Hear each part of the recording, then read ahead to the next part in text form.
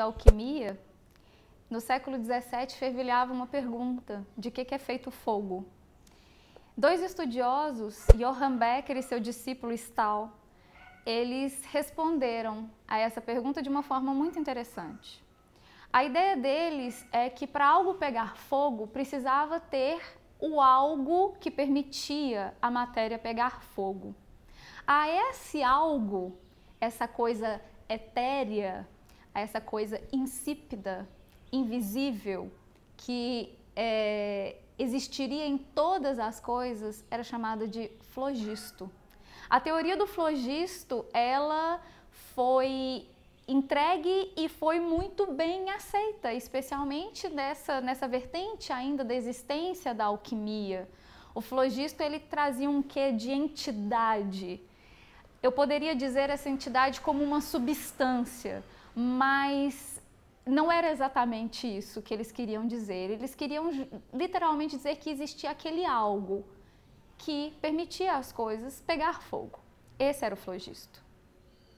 Só que essa teoria do flogisto, ela tinha muitos problemas. Por quê? Porque quando você botava fogo nas coisas, como identificar o que era o flogisto? Então, a explicação que se dava para isso é: algo pega fogo, então aquele algo que pegou fogo, o final dessa reação, eu tenho as cinzas, eu tenho as outras substâncias fundamentais que existiam naquele composto, né, que para mim é um composto, para eles, né, era a matéria, e o que saía daquilo era o flogisto. Então, tudo tinha flogisto, e esse flogisto era algo que era liberado em todo o processo de combustão. Então, a partir disso, um cientista chamado Henry Cavendish, ele começou a trabalhar com a utilização de ácidos sobre alguns metais, especialmente zinco com ácidos. Poderiam ser vários ácidos, mas vamos dar o exemplo de zinco com HCl, por exemplo.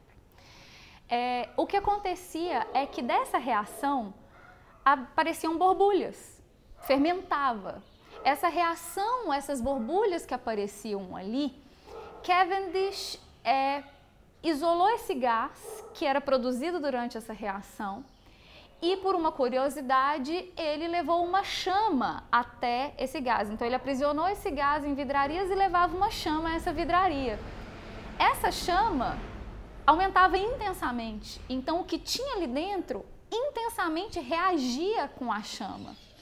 Imediatamente, Cavendish associou esse gás que estava sendo liberado, esse ar que era liberado nesse processo reacional, com o flogisto. Então, Cavendish pensou: perfeitamente, acabei de encontrar o flogisto.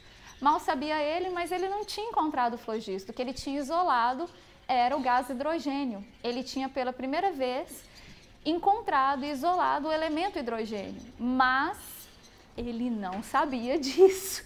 Então, imaginou que teria isolado o maravilhoso flogisto, aquilo que faria tudo pegar fogo e que sairia dos processos de reação de combustão. Uma das coisas que Cavendish prestou atenção durante aquela queima daquele gás, daquele ar que ele isolou dentro de um tubo, é que a posteriori ele via gotículas no tubo, que ele identificou como a água. E realmente, correto, quando você tem a reação do gás hidrogênio com o gás oxigênio, você tem a formação da água por essa combustão. Só que o que acontece é muito mais interessante. Naquela época, se acreditava que a água não era um composto, a água era um elemento.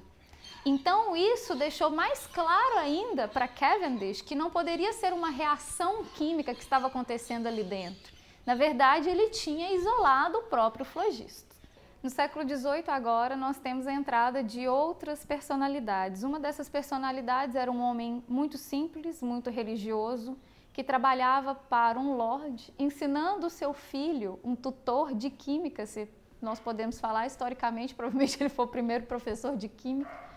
Mas Joseph Priestley teve uma importância muito grande nessa história.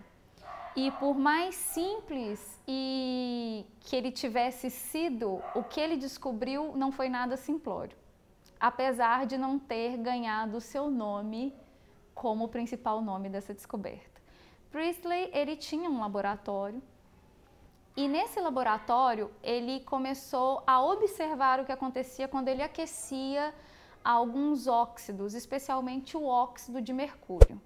O óxido de mercúrio, quando ele era aquecido, ele liberava um gás. E ele, muito intrigado com aquele gás, resolveu então isolar esse gás dentro de um tubo. Isolando esse gás dentro de um tubo, ele percebeu que esse gás que ele estava, esse ar, porque né, era a terminologia que eles usavam na época, esse ar, era um ar que permitia que o fogo se mantivesse. Intrigado com isso, ele resolveu pegar esse ar, colocar em um frasco maior e ele colocou um rato dentro desse frasco. Então ele pegou um rato, né, colocou um camundongo, não sei, colocou dentro desse frasco e deixou lá por alguns minutos. Ele imaginou, poucos minutos esse rato ia morrer. O que aconteceu foi mais interessante. Ele voltou alguns minutos depois e o rato ainda estava vivo. Então ele percebeu que esse gás que era formado por esse processo, ele não era um gás letal. E aí ele ficou pensando se aquilo era o tal do flogisto. Ele mesmo inalou o gás. E quando ele inalou, ele descreveu seus pulmões como mais leves. Era um ar leve que o fez se sentir muito bem. Priestley não sabia, mas ele tinha descoberto o oxigênio. Como eu disse, era uma pessoa muito simples e não tinha um aparato científico grande à sua disposição. O que aconteceu depois marcou a vida dele de uma forma muito profunda. O Lorde para quem ele trabalhava foi convidado a ir à França e Priestley, que era inglês, teve a oportunidade de conhecer o maior expoente da sua época, Antoine Lavoisier, que lá estava nesse encontro. Priestley então começou a conversar com Lavoisier e muito empolgado, né? Para quem é da academia sabe, nós temos esses momentos de tietagem acadêmica, quem nunca? Priestley teve esse momento de tietagem acadêmica e lá conversando com Lavoisier, ele não se conteve e começou a contar da sua descoberta. Só que contando da sua descoberta, Lavoisier também se mostrou extremamente interessado a saber que ar era esse que Priestley tinha descoberto. Lavoisier já se debatia com uma questão muito interessante.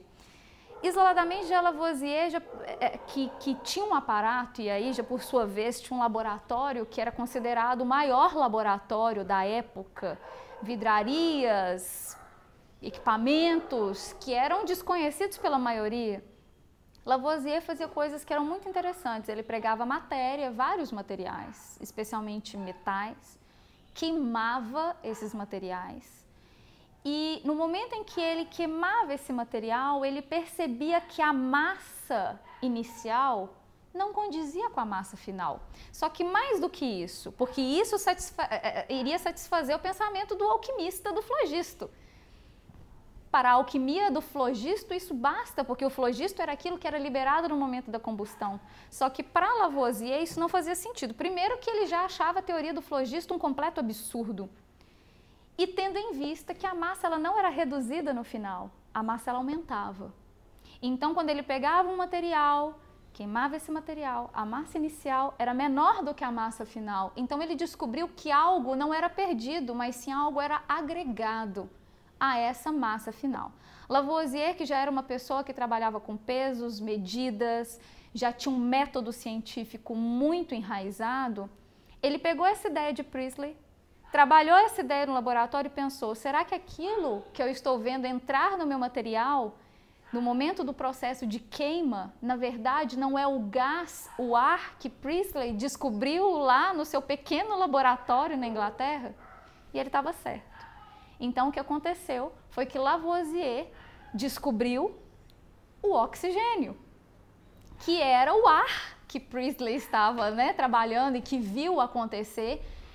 E isso faz todo sentido, porque um óxido metálico, no momento em que libera e se transforma só no metal, perdendo o oxigênio, se transforma no metal e tem a perda do gás oxigênio. Foi isso que Priestley viu, só que não conseguiu, pela sua observação, determinar do que se tratava. Lavoisier conseguiu, só que aí inicia-se a guerra, porque Lavoisier vai e